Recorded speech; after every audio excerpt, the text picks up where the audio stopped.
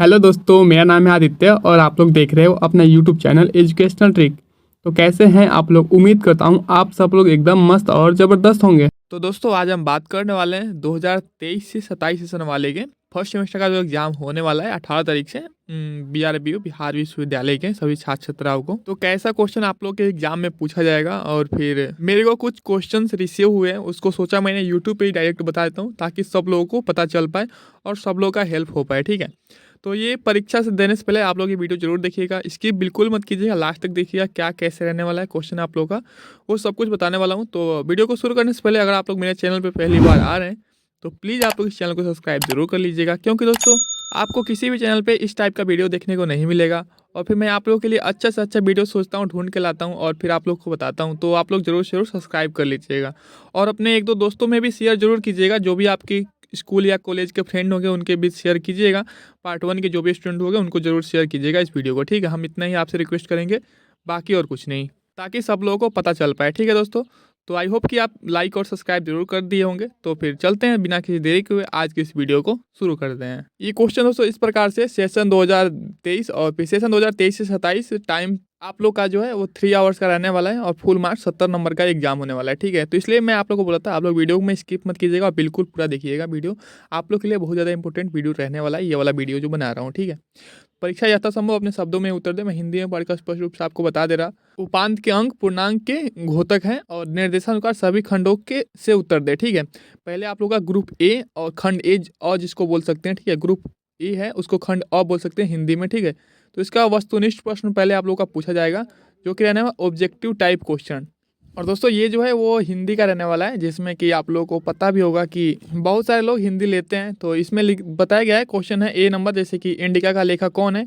4 आपको ऑप्शन देखने को मिलेगा और इसमें इस प्रकार से प्रश्न है, और सुलभ शब्द का शाब्दिक अर्थ क्या है। उसके बाद जो है वो तक्षशिला कहाँ स्थित है, पाकिस्तान, भारत, अफगानिस्तान, इनमें से कोई नहीं। ऐसे 4 प्रकार के आपको ऑप्शन देखने को मिल सकते हैं। ठीक है, प्राचीन भारत में उत्तरापथ क्या था, व्यापार मार्ग, विश्वविद्यालय, शहर, या फिर इनमें से कोई नहीं। इस प्रकार से 4 ऑप्शन आप लोग को मिलता है और एक ऑप्शन का आपको आंसर देना होगा। दोस्तों आप कोई भी सब्जेक्ट से हैं, चाहे वो आर्ट हो, साइंस हो, कॉमर्स हो या फिर कोई भी हो, तो आप लोग सबके लिए ये वीडियो इंपॉर्टेंट रहने वाला है। आप लोग वीडियो में बने रहिएगा, मैं आप लोग को लास्ट में कुछ बातें ही बताऊंगा जो कि आप लोग को महत्वपूर्ण रहने वाला है, जो कि पैटर्न भी आप लोग को अच्छे तरीके से समझ में आ जाएगा एक क्वेश्चन देखने के बाद आप लोग को। ठीक है, जो भी लोग वीडियो देख रहे हैं वो सब लोग वीडियो देखेंगे, क्योंकि हिंदी बहुत सारे लोगों का सब्जेक्ट भी होता है, जिसका नहीं भी होगा वो भी वीडियो देखेगा, क्योंकि मैं लास्ट में आप लोगों को बताने वाला हूँ कुछ इंफॉर्मेटिव चीज़। ठीक है, ये क्वेश्चन आप लोग का रहने वाला है, आयुर्वेद की उत्पत्ति किस वेद से हुई है, सामवेद, आयुर्वेद, अथर्ववेद, और इनमें से कोई नहीं। गंगाधर कला प्रभावित था, यूनानी, ईरानी, सुमेरी, या इनमें से कोई नहीं। दोस्तों आप नोटिस कर रहे होंगे कि ज़्यादातर क्वेश्चन में इनमें से कोई नहीं आ रहा है, लास्ट में इनमें से कोई नहीं अक्सर आ रहा है। हर क्वेश्चन में ऐसा पूछा जा रहा है। आप लोगों को 3 ही आंसर देखने को मिल रहा है, इससे आप लोग के लिए बहुत ज़्यादा ईजी हो जाएगा। ये जो आंसर देना आप लोग के लिए 3 ही रहेगा, 3 में आप लोग कन्फ्यूज नहीं होइएगा और इनमें से कोई नहीं रहेगा, तो फिर आप लोग ज़्यादा कन्फ्यूज मत होइएगा। ठीक है, नेक्स्ट क्वेश्चन जो है उसका है विक्रम संवत कब प्रारंभ हुआ था। ठीक है, तो इसमें दिया गया है 58 BC, 56 BC और 58 AD, या इनमें से कोई नहीं। इनमें से कोई नहीं, सारे ऑप्शन में अक्सर मिल रहा है आप लोग को देखने को। गुप्त काल में सोने की मुद्रा को क्या कहा जाता था, दिनार, निस्क, या फिर करसापण, हाँ करसापण लिखा हुआ है। ठीक है, या फिर इनमें से कोई नहीं, 4 ऑप्शन इसमें भी दिया गया है। ठीक है, नेक्स्ट क्वेश्चन जो है वो है जीवक की शासक का व्यक्तिगत वैध था। पहला है बिंबिसार, अशोक, हर्ष, या पुष्यमित्र शुंग। इनमें से 4 में से एक ऑप्शन देना हुआ होगा आपको। और जो नेक्स्ट क्वेश्चन है वो है महाभाष्य के रचनाकार कौन थे, कपिल मुनि, पतंजलि, कौटिल्य, मेघास्तनी। ये तो दोस्तों आप लोग का हो गया ऑब्जेक्टिव टाइप क्वेश्चन, जिससे आप समझ ही गए होंगे कि कैसे आप लोग का क्वेश्चन पूछा जाएगा और किस टाइप से कितना क्वेश्चन आप लोग का एग्जाम में पूछा जाने वाला है। ठीक है, तो अब चलते हैं दोस्तों अपने जो सब्जेक्टिव क्वेश्चन है उसके तरफ चलते हैं। तो ये है लघु उत्तरीय प्रश्न। ठीक है, ये मतलब शॉर्ट आंसर देना होता है इसको। तो दोस्तों इसमें पूछा गया है निम्नलिखित में से किन्हीं 4 पर संक्षिप्त टिप्पणियां लिखें। वो जो ऑब्जेक्टिव था आप लोग का वो था 2-2 नंबर का, ये है 5 × 4, मतलब कि 20 नंबर का है। 4 क्वेश्चन आप लोग का, मतलब एक क्वेश्चन का वैल्यू हो गया 5 नंबर का। ठीक है, तो इसमें से 6 आप लोग को दिया जाएगा, 2 2 4 2 6 क्वेश्चन है। पहला है अभिलेख, दूसरा है मथुरा कला, और तीसरा है आर्यभट्ट, और चौथा है चरक संहिता, और 5वां है ब्राह्मणी लिपि। ठीक है, इसमें से 6 क्वेश्चन है आप लोग का, इसमें से 4 को ही आपको सेलेक्ट करना होगा, 4 क्वेश्चन का आंसर आप लोग को करना होगा। ठीक है, और दोस्तों आप लोग को ये भी कंक्लूजन होगा कि जो भी सब्जेक्ट है, जो भी लिए हुए 5 नंबर का क्वेश्चन सब लोगों में आएगा, ऐसा लघु उत्तरीय प्रश्न सब लोग के एग्जाम में पूछा जाएगा, ठीक है। तो आप लोग को बता दो कि ये ऐसा जो लघु उत्तरीय प्रश्न आएंगे उनको देना है आप लोग को कितने में आंसर। जैसे 5 नंबर का आपका क्वेश्चन बनता है तो आपको अगर पेज देना है तो एक पेज में पूरा आंसर देना होता है आपको, या फिर पन्ना में लिखना है, मतलब कि दोनों साइड मिला के, तो फिर 2 पन्ना आपको लिखना पड़ेगा या फिर एक पेज, दोनों में से आप समझ गए होंगे पन्ना पेज में क्या फ़र्क है। पेज हो गया दोनों साइड को लेके, और फिर पन्ना हो गया एक साइड, और दोनों साइड मिला के ऐसा होता है पन्ना, ठीक है। तो आई होप कि आप समझ गए होंगे कि आपको कैसे आपको आंसर देना होता है वो लघु उत्तरीय प्रश्न का, एक पेज या फिर 2 पन्ना में कम से कम इतना बता रहा है, ठीक है। कम से कम इतना आपको देना कंपल्सरी ही है। ज़्यादा से ज़्यादा आप जितना दे सकते हैं उतना अच्छा होता है, क्योंकि ग्रेजुएशन के एग्जाम में आप जितना ही लिखेंगे उतना ही सही रहता है आप लोग के लिए, उतना ज़्यादा आप लोग स्कोर कर पाइएगा अपने एग्जाम में, ठीक है। तो चलते हैं दोस्तों अपने नेक्स्ट टॉपिक की तरफ, जो कि रहने वाला है अपना दीर्घ उत्तरीय प्रश्न। तो दीर्घ उत्तरीय प्रश्न की तरफ चलते हैं। उससे पहले आप लोग वीडियो को लाइक जरूर कर लीजिएगा और वीडियो को शेयर ज़्यादा से ज़्यादा कीजिएगा, ताकि ज़्यादा लोग इस चैनल पे आए और फिर आप लोग के लिए मैं अच्छा से अच्छा कंटेंट लेके आता रहूँ, आप लोग की तैयारी अच्छे से अच्छा चलती रहे, ठीक है। आप लोग का जो है वो ग्रुप बी भी आप लोग का खत्म हो गया, जो कि मैंने पहले ही बताया था आप लोग को। 3 भाग में आप लोग का एग्जाम लिया जाएगा, मतलब 3 खंड में आप लोग का एग्जाम लिया जाएगा, 3 पार्ट में, ठीक है। पहला है ग्रुप ए, और दूसरा है ग्रुप बी, और तीसरा ये है ग्रुप सी, जो कि दीर्घ उत्तरीय प्रश्न के लिए रहने वाला है, ठीक है।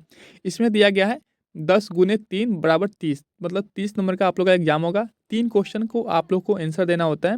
निम्नलिखित में से किन्हीं 3 प्रश्नों का उत्तर दे, ठीक है। इसमें ए, बी, सी, डी और ई 5 प्रश्न आप लोग से पूछा जाएगा, जिसमें से आप लोग को ओनली 3 प्रश्न का ही उत्तर देना होता है, ठीक है।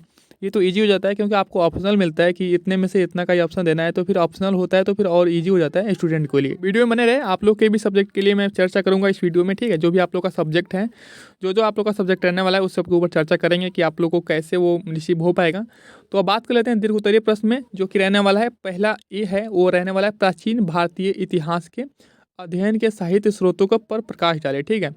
और बी है वैदिक काल शिक्षा प्रणाली पर प्रकाश डाले, और सी है प्राचीन भारत के गणतंत्र प्रणाली पर प्रकाश डाले। डी नंबर जो है वो है गुप्त काल में विज्ञान प्रौद्योगिकी के विकास पर प्रकाश डाले, और ई है जो भारत रोम के बीच विदेश सामुद्रिक व्यापार पर वर्णन करे, ठीक है।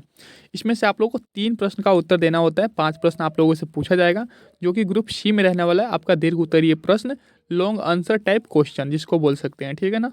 तो दोस्तों अब बात कर लेते हैं फाइनली कि आप लोग के भी सब्जेक्ट में बहुत सारे सब्जेक्ट ऐसे भी होंगे, क्योंकि ये तो एक ही सब्जेक्ट का हुआ, और भी सब्जेक्ट के आप लोगों को कैसे रिसीव हो पाएगा। ये नहीं दोस्तों मैं बता रहा कि यही क्वेश्चन आप लोग के सेम टू सेम एग्जाम में डिटो सब जाएंगे, ऐसा मैं नहीं बोल रहा, लेकिन इस टाइप से आप लोग के क्वेश्चन पूछे जाएंगे, और ऐसे ही क्वेश्चन होंगे, इसी लेवल का क्वेश्चन आप लोगों से एग्जाम में पूछा जाएगा, ठीक है।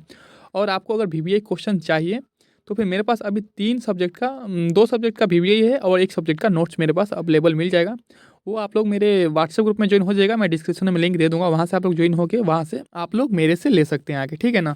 मुझे पता है वीडियो तो आप लोगों को पसंद ज़्यादा से ज़्यादा आया होगा, तो वीडियो पसंद आया होगा तो शेयर जरूर कीजिएगा, शेयर करना मत भूलिएगा, ठीक है।